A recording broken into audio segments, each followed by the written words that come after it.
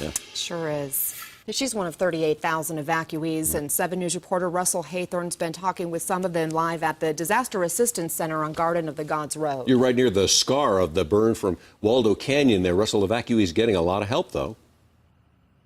Yeah, Mike and Anna, this is the place where people come to get help. I want to talk about the weather real quick. We had one of those thunderstorms move through just a moment ago. It's more nuisance weather than anything else. It caused a lot of wind and a little bit of rain, but I can't see how it's helping out firefighters all that much.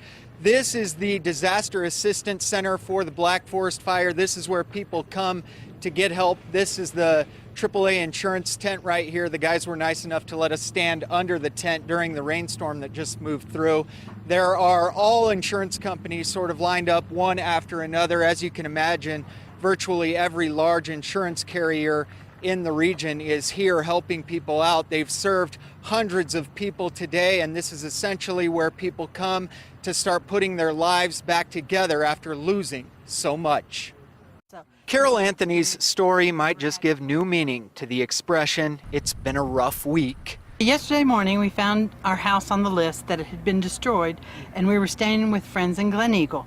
So yesterday afternoon, Glen Eagle got the pre-evacuation notice. No sooner did they evacuate for a second time, and they discovered their dog, Simon, had escaped. You learn what really means and what true friends are. After an all-night search, Simon turned up today at the Humane Society. I want to just say my husband, a grown man, was crying because we found our dog. Carol is one of hundreds who have come here to the Black Forest Fire Disaster Assistance Center to file claims and start over. Some of our members already know that they've lost their homes, so we're trying to help them get back on their feet as quickly as possible. I mean, I could get upset and scream, but what good would that do?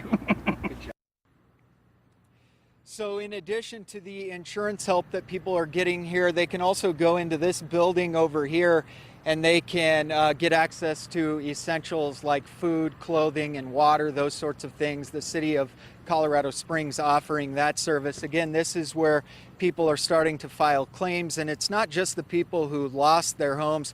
People can come here if they've been displaced by the fire, even if their home is still standing, and they can file claims for essentials as they try to live their daily lives as they're displaced from their homes. And ironically, as Mike mentioned in our introduction to this story, up there on the foothills right there is the burn scar from last year's Waldo Canyon fire.